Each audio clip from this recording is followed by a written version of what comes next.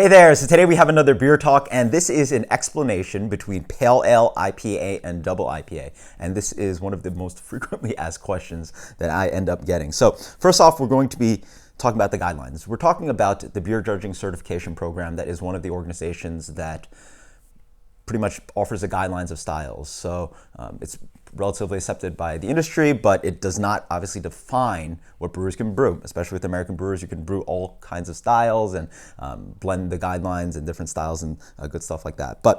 So let's start off. What is an American Pale Ale? So American Pale Ale, the important thing for me between these three is that it sort of goes like small, medium, large in shirt size and something like that.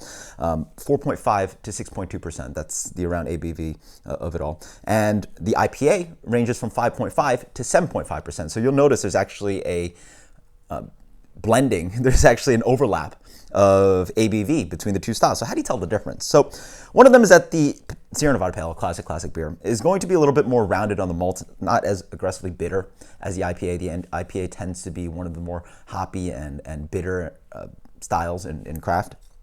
And so this one ideally should have a little bit more rounded of a malt quality, not as assertive as the IPA. But again, you're going to have overlap between the two styles.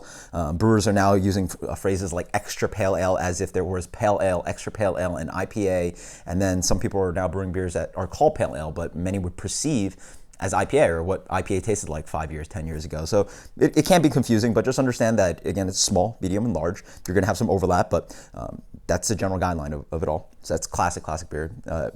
Sierra Nevada Pale Ale. So then now we have Bell's Two Hearted, another classic American IPA. And again, as I said, it's going to be a little bit more bitter than the Pale Ale and just really focus a little less on the malt, but there you go. So 5.5 to 7.5%. Then we get the biggest one, 7.5 to 10%. We have Double IPA. And so this is pretty much, one of the more, you're just even bigger of an IPA. It's not double IPA, remember that. It's not double the alcohol of an IPA, nor is it double the malt or double the hops, or it could be double the hops, but it's probably not that. It's just a bigger beer. So small, medium, large, think of it that way in the analogy. And you're going to have more.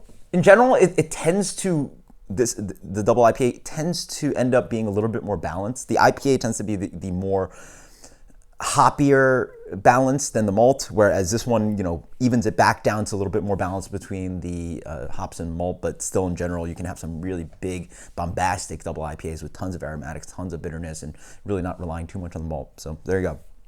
So that's just a quick explanation. There are some other styles. Obviously, there's so many variations of the IPA. There's also Session IPA, which I would say, in my mind, is under 5% and really leans on less malt, lots of aromatics, and really not that much bitterness. So really focusing on the dry hopping.